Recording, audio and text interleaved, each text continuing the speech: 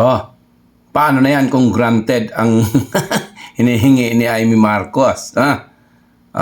Incapacitated. Ano ba yan? Kasi tama naman. Kasi paano kung talagang hindi ka naman makapag-isip ng tama? Paano kung sasabihin mo na lang, gigirahin natin yan. Grabe talaga yan, di ba? Tapos yung mga decision making, mahirap pag talagang lulong, di ba? Kung totoo. Kasi sabi, kapatid na yan di ba? Hindi naman pwedeng pag ano talaga kung hindi totoo. So, good luck, panoorin nyo yung balitang yan, panoorin nyo. Senator Amy Marcos is being urged to file a petition with the Supreme Court to declare President Ferdinand Marcos Jr. incapacitated following allegations that the president is involved in drug use. Jason Rubico has more.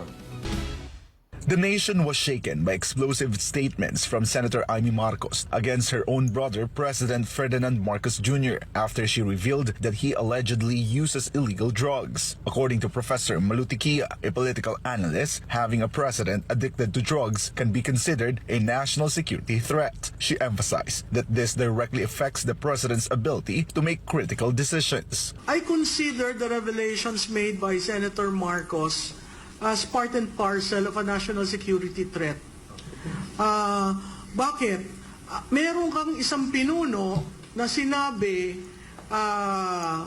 nagko-cocaine.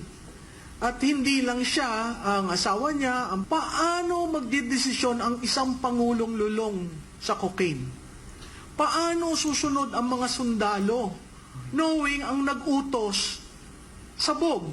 Diba? So kung ikaw sinabi, girahin natin ang Taiwan. Ngayon, nag-iisip ako, ano kaya yun?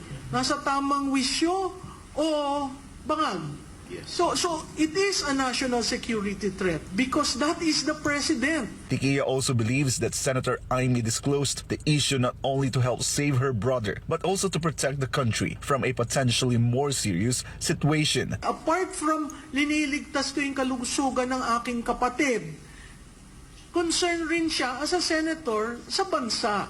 So napakahirap yung balanse na yun and really I thank the senator for being forthright, for being honest, although belated.